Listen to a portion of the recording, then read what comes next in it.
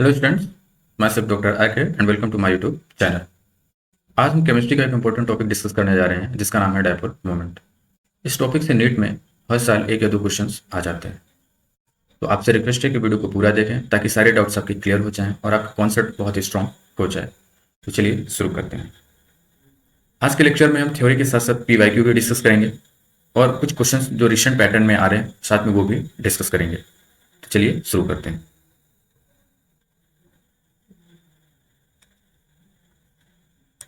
Dipole moment. Dipole moment क्या होता है? तो it is defined as the product of magnitude of charge and the distance between the centers of positive and negative charge।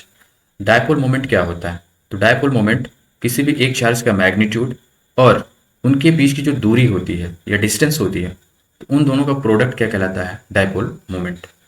इसको अपन mu से denote करते हैं और मैथमेटिकली कैसे इसको शो करते हैं? तो डायपोल मोमेंट क्या होता है? कोई भी एक चार्ज हो गया और उनके बीच की दूरी, डिस्टेंस ऑफ सेपरेशन। जैसे एक एग्जांपल लेते हैं तो आपको अच्छे से क्लियर होगा। जैसे सपोज कोई भी मॉलिक्यूल है ए और बी, ठीक है, इस पे पॉजिटिव चार्ज आया और इस पे नेगेटिव चार्ज, और इनके बीच की दूरी डी है। तो हमारा जो म्यू होगा वो कोई भी एक चार्ज का मैग्नीट्यूड और उनके बीच की जो दूरी है डी, इन दोनों का प्रोडक्ट क्या कहलाएगा? Dipole moment. ठीक है। अब इसकी यूनिट जो होती है, इसको कैसे एक्सप्रेस किया जाता है? इसकी यूनिट जो है वो डीवाई होती है। क्या होती है? डीवाई। डीवाई यूनिट में इसको एक्सप्रेस किया जाता है। ठीक है। और आगे देखेंगे कन्वर्जन की। एक डीवाई की वैल्यू क्या होती है? एक डीवाई की वैल्यू होती है 3.3 इंटू 10⁻³ कूलाम मीटर। ठीक है। तो आगे थोड़ा सा अपन और अच्छे से समझते हैं इसको कि डायपोल मोमेंट क्या होता है, इसका यूज क्या है। डायपोल मोमेंट, तो डायपोल मोमेंट की हेल्प से हम किसी भी मॉलिक्यूल के बारे में ये पता करते हैं कि मॉलिक्यूल पोलर है कि नॉन पोलर है। यदि किसी भी मॉलिक्यूल की पोलैरिटी देखना हो तो हम देखेंगे उसका डायपोल मोमेंट कितना है। यदि यदि किसी भी मॉलिक्यूल का यदि किसी भी मॉलिक्यूल का यदि किसी भी मॉलिक्यूल का म्यू 0 है तो ऐसा मॉलिक्यूल क्या होगा? नॉन पोलर मॉलिक्यूल होगा। मॉलिक्यूल कैसा होगा? Non polar. और इफ म्यू कैसा है? नॉन जीरो, तो मॉलिक्यूल कैसा होगा हमारा? पोलर मॉलिक्यूल होगा। तो वेरी वेरी इंपॉर्टेंट कॉन्सेप्ट आपको याद रखना है कि यदि आपका म्यू 0 है तो मॉलिक्यूल कैसा होगा? Non polar. और यदि नॉन जीरो है तो मॉलिक्यूल कैसा होगा? पोलर होगा। अब बात आती है कि किसी भी मॉलिक्यूल के अंदर एक होता है बॉन्ड पोलैरिटी और एक होता है मॉलिक्यूल पोलैरिटी।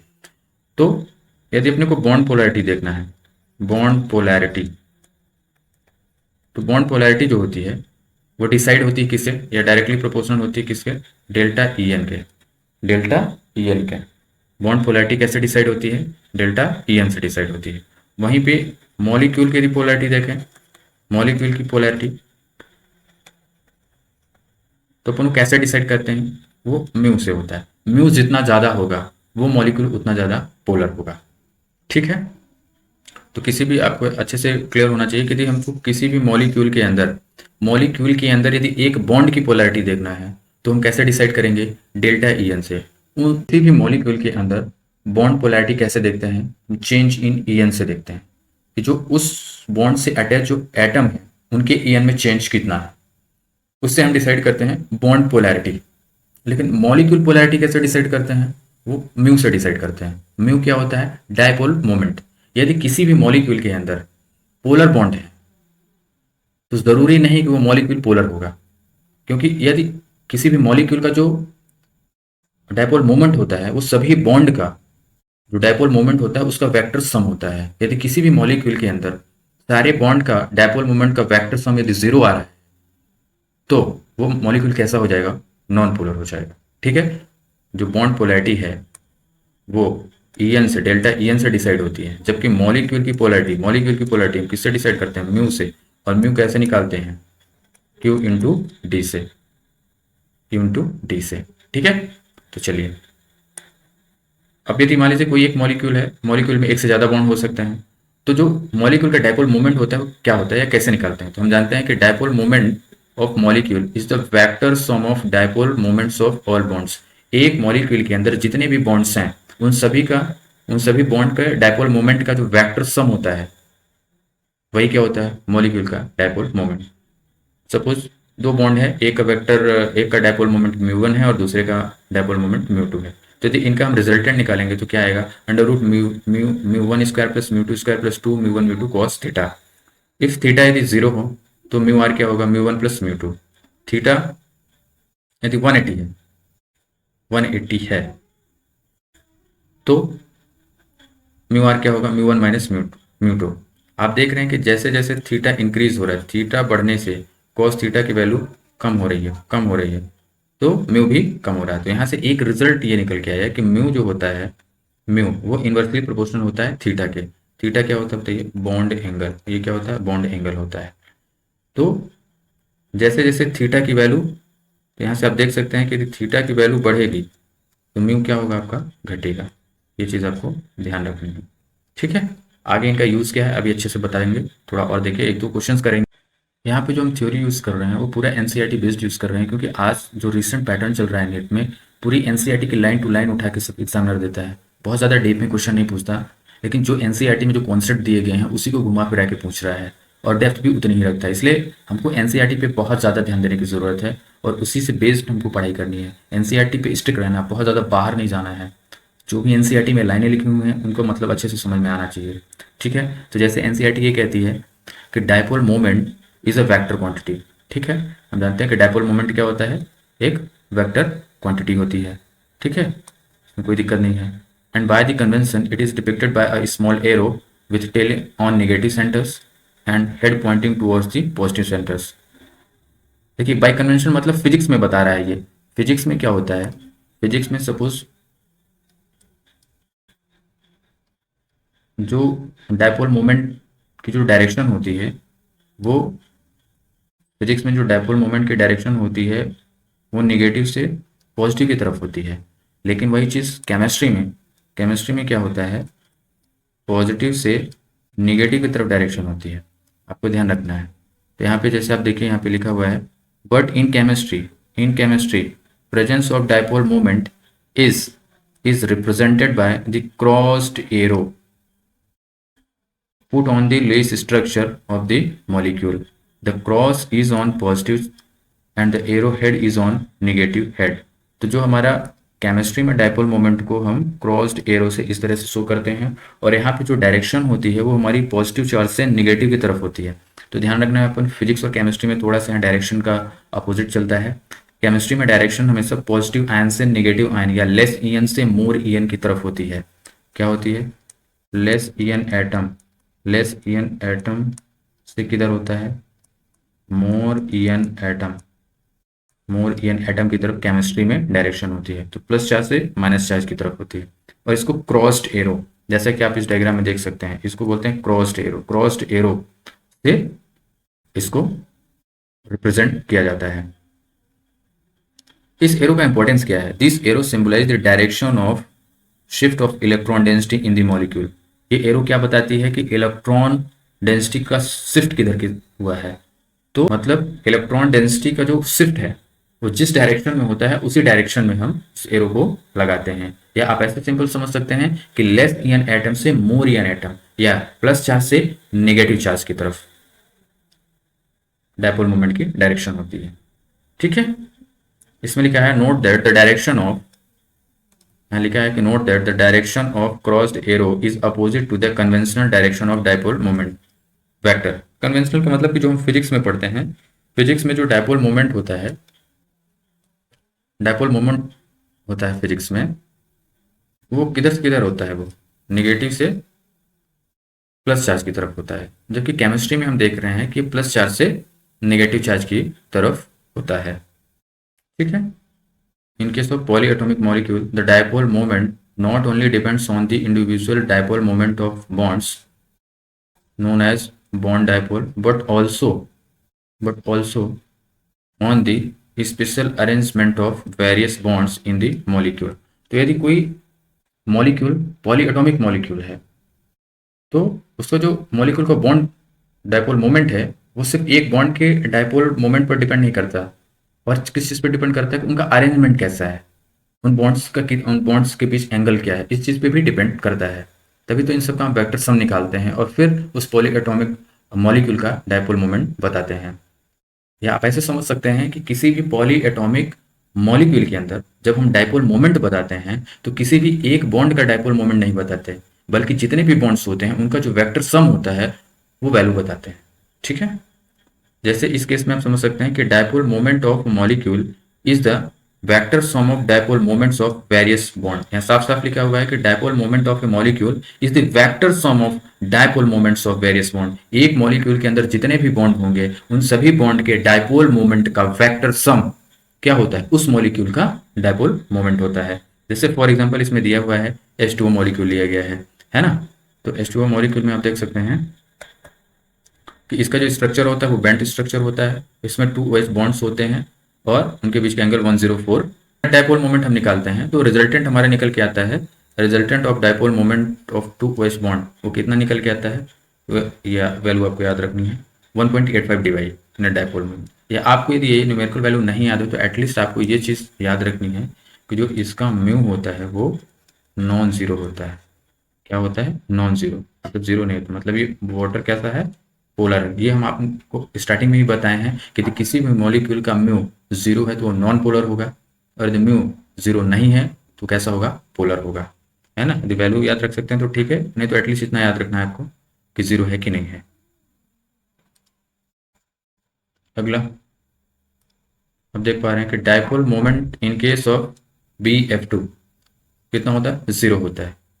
क्यों होता है, this is because the two equal bond dipoles point in opposite direction and cancel the effect of each other. आप इस स्ट्रक्चर में देख सकते हैं इस तरह का अरेंजमेंट होता है।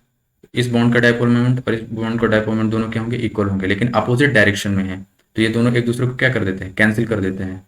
कैंसिल करने की वजह से जो इसका टोटल डायपोल मोमेंट होगा वो क्या होगा, जीरो होगा, क्योंकि इक्वल एंड अपोजिट डायरेक्शन में है। In tetraatomic molecule for example in molecule BF3 the dipole moment is zero although BF bonds oriented at angle of 120 to another. Three bonds moment gives a net sum of zero as the resultant of any two is equal to the opposite of third.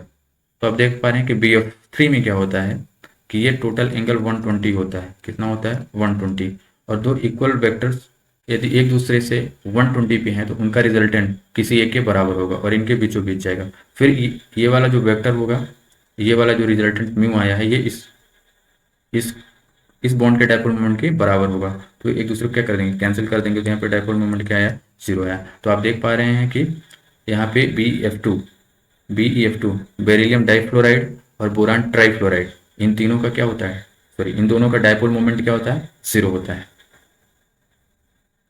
वो आप देख पा रहे हैं कि यहाँ एक interesting चीज़ है कि BF2 और BF3 दोनों में बॉन्ड तो कैसे हैं, पोलर हैं, बट इनका जो नेट डायपोल मोमेंट आ रहा है वो जीरो आ रहा है। इस वजह से मॉलिक्यूल कैसा है, नॉन पोलर, लेकिन इनके अंदर जो बॉन्ड है वो पोलर है। बॉन्ड पोलर क्यों है, क्योंकि बेरिलियम और फ्लोरीन दोनों के AN का जो डिफरेंस आएगा वो नॉन जीरो होगा।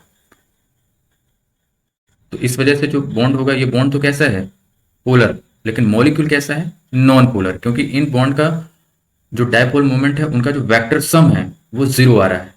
ठीक है, तो यदि कोई मॉलिक्यूल नॉन पोलर है मतलब उस मॉलिक्यूल का म्यू जीरो है, तो ये जरूरी नहीं कि उसके अंदर जो बॉन्ड है उनका भी डायपोल मोमेंट जीरो हो। डायपोल मोमेंट उनका हो सकता है, पोलर बॉन्ड हो सकते हैं, वो अपनी अरेंजमेंट की वजह से उनका जो नेट या वेक्टर सम आ रहा है वो जीरो आ रहा है। ठीक है, आई होप आपको ये चीजें समझ में आई होंगी। जैसे एक अभी रिसेंट पैटर्न का क्वेश्चन देख लेते हैं। Assertion the dipole moment in case of BF2 is zero. इसका रीजन क्या दिया गया है, two equal bonds dipole point in opposite direction and cancel the effect of each other. अभी हम थोड़ी देर पहले देख चुके हैं कि बेरिलियम है और बेरिलियम डाइफ्लोराइड, तो ये दोनों की वजह से जो म्यू आएगा वो एक तो इक्वल होगा और अपोजिट डायरेक्शन में, थीटा कितना है 180 डिग्री का है, तो यहाँ पे जो म्यू आएगा वो जीरो आएगा। ये म्यू और ये म्यू अपोजिट डायरेक्शन में है, इसलिए एक दूसरे को क्या कर देंगे, ये कैंसिल आउट कर देंगे, तो उनका जो नेट आएगा म्यू रिजल्टेंट क्या आएगा, जीरो आएगा। इस वजह से मॉलिक्यूल क्या है, नॉन पोलर, या डायपोल मोमेंट इनका क्या है, जीरो है। लेकिन एक इंडिविजुअल बॉन्ड का डायपोल मोमेंट जीरो नहीं है, इस मॉलिक्यूल का डायपोल मोमेंट जीरो है। ठीक है, तो ऑप्शंस देख लेते हैं। Both statements are correct and reason is the correct explanation of assertion। Both statements are correct and reason is the not correct explanation of assertion। assertion is true, reason is false. assertion is false, reason is true. तो इसका पहला answer है, क्योंकि दोनों statement सही है और इसका जो रीजन है वो भी सही है कि BF2 का डायपोल मोमेंट जीरो क्यों है। ठीक है, HF, HCl, HB और HI, इन चारों का जो डायपोल मोमेंट है वो कैसा है, नॉन ज़ीरो है। लेकिन H2 का क्या है, जीरो है। ठीक है, वहीं पे आप देखेंगे कि H2 और H2S का, इनका भी म्यू क्या है, नॉन ज़ीरो है, जबकि CO2 का क्या है, जीरो है।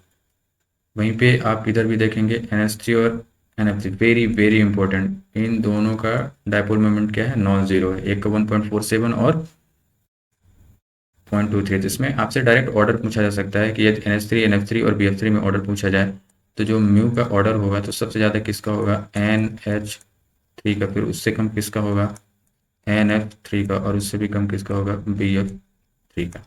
ठीक है, तो ये बहुत ही इंपॉर्टेंट ऑर्डर है, आपसे पूछा जा सकता है। जैसे CH4, आप देखेंगे कि CH4 और CCl4 टेट्राहेड्रल ज्योमेट्री है और इनके टर्मिनल एटम सेम है। यदि ऑल टर्मिनल एटम सेम हो और टेट्राहेड्रल ज्योमेट्री हो तो उनका भी डायपोल मोमेंट क्या होता है, जीरो होता है। जबकि इसका आप देखेंगे तो इसका जीरो नहीं है। ठीक है, वेरी वेरी इंपॉर्टेंट टेबल है, इसको आपको ध्यान रखना है। एग्जाम में क्वेश्चन, डायरेक्ट क्वेश्चन इस टेबल से फ्रेम हो सकते हैं। बहुत ही इंपॉर्टेंट टेबल है, इसको आपको ध्यान में रखना है कि किसका किसका जीरो होता है। तो आप यहाँ क्लियरली देख सकते हैं कि यदि कोई होमोडाइएटॉमिक है, होमोडाइएटॉमिक मतलब डाइटॉमिक मॉलिक्यूल है लेकिन उसके अंदर जो एटम है वो सेम हो, तो H2, O2, M2 कोई भी हो, तो इनका जो म्यू होगा वो कैसा होगा, जीरो होगा। और किसका किसका म्यू जीरो है, तो CH4 हो गया, CCl4 हो गया, है ना, CO2 हो गया, BeF2 हो गया, BF3 हो गया, इनका भी क्या है, जीरो है। इन सब का म्यू क्या है, जीरो है। ठीक है, तो आपको ये ध्यान रखना है, वेरी वेरी इंपॉर्टेंट। इससे कई ऑर्डर में क्वेश्चन पूछे जा सकते हैं, फ्यूचर में क्वेश्चन इससे बन सकते हैं, तो आपको ध्यान रखना है। बार बार एक जो क्वेश्चन आ रहा है कि हमेशा कंपैरिजन करता है NH3 और NF3 में, NH3 और NF3 में कि डायपोल मोमेंट NH3 का ज़्यादा होगा कि NF3 का ज़्यादा होगा। NH3 और NF3 में हमेशा कंपेयर करता है। तो चलिए देखते हैं क्या लिखा हुआ है। Interesting case of NH3 and NF3, both molecule है पिरामिडल शेप। बोथ मॉलिक्यूल है कैसा शेप होता है, पिरामिडल शेप होता है, with a lone pair of electron on nitrogen atom.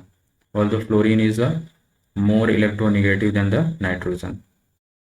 Resultant dipole moment of NH3 is the greater than NF3। साफ साफ लिखा हुआ है कि resultant dipole moment of NH3 is the greater than that of NF3। तो जो NH3 का जो डायपोल मोमेंट होता है, NH3 का डायपोल मोमेंट NF3 से ज़्यादा होता है।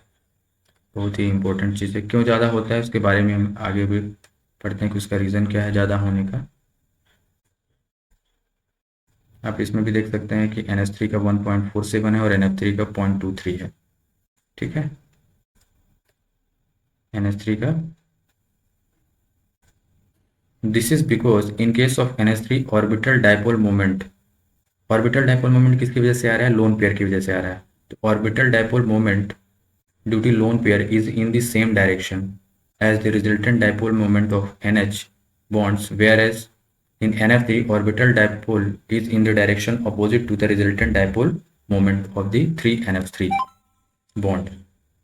The orbital dipole because of lone pair decreases the effect of resultant NF3 bonds moments which result in the low dipole moment in NF3।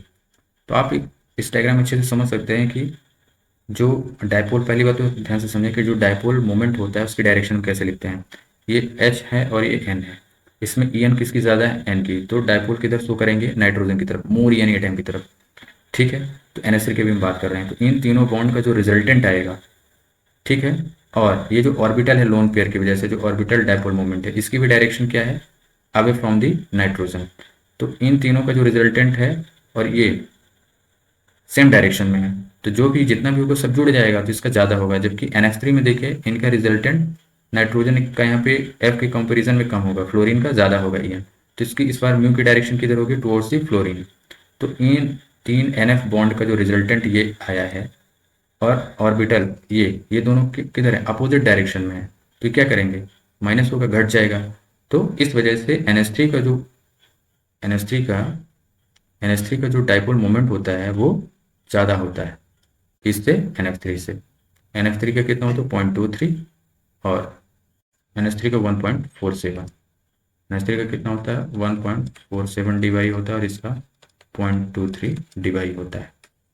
ठीक है, वेरी वेरी इंपॉर्टेंट, ये कई बार exam में आ चुका है, बहुत ही इंपॉर्टेंट स्लाइड है ये। और इसमें ये रीज़न कैसा क्यों होता है तो आप ध्यान से समझिए, एक बार और देख लीजिए। ये इनका रिजल्टेंट है और ये ऑर्बिटल डाइपोल मोमेंट हो गया, ये ऑर्बिटल डाइपोल मोमेंट और ये रिजल्टेंट, ये दोनों सेम सेम डायरेक्शन में है, तो ये सब जुड़ जाएंगे। लेकिन यहाँ पे क्या हो रहा है, यहाँ पे नेट जो आ रहा है वो नीचे की तरफ है और यहाँ अपोजिट डायरेक्शन में आ रहा है, ये दोनों, इस वजह से यहाँ पे कम हो जाएगा। नीट 2020 में आया है कि which of the following sets of molecule have zero dipole moment. आपको बताना है कि डाइपोल मोमेंट किस सेट में सभी का डाइपोल मोमेंट जीरो है। तो अभी हम पढ़ के आ रहे हैं कि अमोनिया हो गया, बेरिलियम डाइफ्लोराइड, बताइए BeF2 बताइए इसका डाइपोल मोमेंट क्या होता है, जीरो होता है। वाटर का नॉन जीरो होता है, अमोनिया का भी NH3 इसका भी नॉन जीरो होता है, तो इसका भी नॉन जीरो, इसका भी नॉन जीरो, इन दोनों का जीरो नहीं होता है। जबकि 1,4 डाइक्लोरोबेंजीन, ये बेंजीन है, Cl लगा दिया, Cl लगा दिया, नंबरिंग करेंगे, इसकी नंबरिंग क्या आएगी यहाँ से 1 2 3 4, ये कार्बन है और ये, तो इसका डाइपोल मोमेंट इधर आएगा और इसका डाइपोल मोमेंट इधर आएगा, तो ये यहाँ पे इसका म्यू क्या आएगा, जीरो आएगा, है ना। और BF2 BF3 इनका भी म्यू क्या होता है, जीरो होता है। ठीक है, तो आप देखिए नाइट्रोजन ट्राइफ्लोराइड NH3 हो गया, बेरिलियम डाइफ्लोराइड 0 0, यहाँ वाटर की वजह से वाटर का नॉन जीरो होता है, 1,3 का डाइक्लोरो इसका भी नॉन जीरो होगा। लास्ट ऑप्शन देखिए boron trifluoride BF3 BeF2, carbon dioxide CO2 का भी जीरो होता है, 1,4 डाइक्लोरोबेंजीन ये भी जीरो होता है, तो इसका आंसर क्या होगा D। तो आप देख पा रहे हैं कि BF3 BeF2 CO2 और 1,4 डाइक्लोरोबेंजीन, इन सब का क्या है, इन सब का म्यू क्या है, जीरो है। गुड क्वेश्चन, ठीक है। चलिए अगला क्वेश्चन देख लेते हैं। ये 19 में आया था नीट में, which of the following correct order of dipole moment. अब यहाँ पे डाइपोल मोमेंट का ऑर्डर पूछा है, तो आपको पता है कि BF2 जो हमारा बोरान ट्राइफ्लोराइड है, बोरान ट्राइफ्लोराइड इसका म्यू क्या होता है, जीरो होता है। और बाकी NH3 हो गया, NF3 हो गया और H2, इन तीनों का डाइपोल मोमेंट क्या होता है, नॉन जीरो होता है। ठीक है, तो अपने को क्या बताना है, करेक्ट ऑर्डर। ये सारे के सारे इंक्रीजिंग ऑर्डर दिए गए हैं, तो बताइए बेरिलियम ट्राइफ्लोराइड इसका जीरो होता है, इनका नॉन जीरो, क्या इंक्रीजिंग ऑर्डर दिए तो हो ही नहीं सकता, क्योंकि सबसे आगे दिया हुआ है सबसे ज़्यादा। अब देखते हैं किसका हो सकता है किसका नहीं हो सकता। BF2 BF3 का सबसे कम होगा, ठीक है, फिर उससे ज़्यादा NF3 का होता है, उससे भी ज़्यादा NH3 का होता है, और H2O का कितना होता है वो भी देख लेते हैं। तो आप देख सकते हैं कि H2O का 1.85 होता है, NH3 का 1.47, NF3 का इतना और ये, तो हमारा आंसर क्या हो जाएगा, हमारा आंसर हो जाएगा B, करेक्ट ऑर्डर। वाटर का कितना होता है, वाटर का होता है 1.85, NH3 का 1.47, इसका 0.3, NH3 का कितना होता है 1.47 होता है, कितना होता है 1.47 होता है, NF3 का होता है 0.23 और B का क्या होता है, जीरो होता है। तो ये हमारा इंक्रीजिंग ऑर्डर हो गया। ठीक है, अगला question, which of the following has maximum dipole moment. ये भी नेट में क्वेश्चन है, 2014 में आया है, PYQ है। तो बताइए CO2 इसका म्यू जीरो होता है, इसका CH4 का भी म्यू जीरो होता है, NH3 का 1.47 होता है, NF3 का 0.23 होता है, तो आंसर क्या होगा NH3। ठीक है, क्योंकि इन दोनों का नॉन जीरो है, इन दोनों का जीरो है। ये भी 2006 में आया है। Electronegative dipole, electronegative difference between n and f is greater that of n and h। ठीक है। Yet the dipole moment of NH3 is the larger than the NF3। This is because इस question में ये बोल रहा है कि जो NH3 का डायपोल मोमेंट है वो NF3 से ज़्यादा है, ऐसा क्यों? तो आप जानते हैं कि in NH3 atomic dipole moment and bond dipole are in the opposite direction. गलत, अपोजिट डायरेक्शन में नहीं होते। NH3 as well NF3 atomic dipole moment same direction, ये भी गलत है। NH3 atomic dipole moment and dipole moment are in the same direction whereas NH3 are in opposite direction। ये सही है। ठीक है। NH3 में क्या होता है, एटॉमिक डायपोल और बॉन्ड डायपोल सेम डायरेक्शन में होते हैं, जबकि NF3 में ये अपोजिट डायरेक्शन में होते हैं, इसलिए NF3 का कम होता है और NH3 का वेक्टर सम ज़्यादा हो जाता है। तो उम्मीद करता हूँ आपको ये टॉपिक समझ में आया होगा। तो आपसे रिक्वेस्ट है कि वीडियो को लाइक करें, शेयर करें और चैनल को सब्सक्राइब करें। Thank you.